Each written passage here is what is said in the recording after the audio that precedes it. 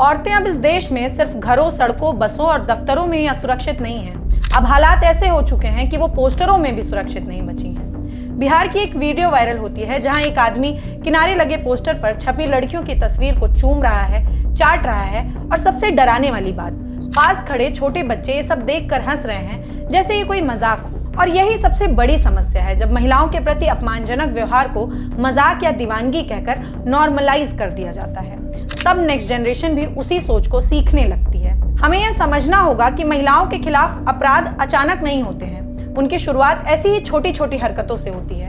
किसी को घूरना, भद्दी कमेंटबाजी करना, उनका पीछा करना, तस्वीरों के साथ ऐसी गंदी हरकतें करना और फिर धीरे धीरे ये मानसिकता छेड़छाड़, यौन हिंसा और गंभीर अपराध का रूप ले लेती है। ऐसे ही आए दिन यूपी, बिहार और अन्य राज्यों से ऑर्केस्ट्रा डांस की वीडियोस हमारे सामने आती हैं, जहां छोटी छोटी उम्र के लड़के डांस करने वाली लड़कियों को इंसान नहीं, ऐसे अपनी जागीर समझने लगते हैं। कोई मुंह में पैसे दबाकर अश्लील इशारे करता है, कोई स्टेज पर चढ़कर बदतमीजी करता है और भीड़ इसे माहौल, मजा या देसी कल्चर कहकर हंसती रहती है। हमें ऐसी हरकतों को हल्के में नहीं लेना चाहिए। पब्लिक प्लेस पर एक व्यक्ति पोस्टर में छपी औरत की डिग्निटी के साथ अगर इस तरह का मजाक कर सकता है तो सोचिए जरा, उसे सच में अकेली औरत मिल जाए तो वो उसका क्या करेगा। और ये बातें सिर्फ पोस्टर या ऑर्केस्ट्रा तक सीमित नहीं है। अभी कुछ दिन पहले ही ग्वालियर की एक वीडियो वायरल हुई थी जिसमें ग्वालियर की दीवारों पर योग मुद्रा में शांति की सांस लेती हुई स्त्रियों की पेंटिंग बनी थी।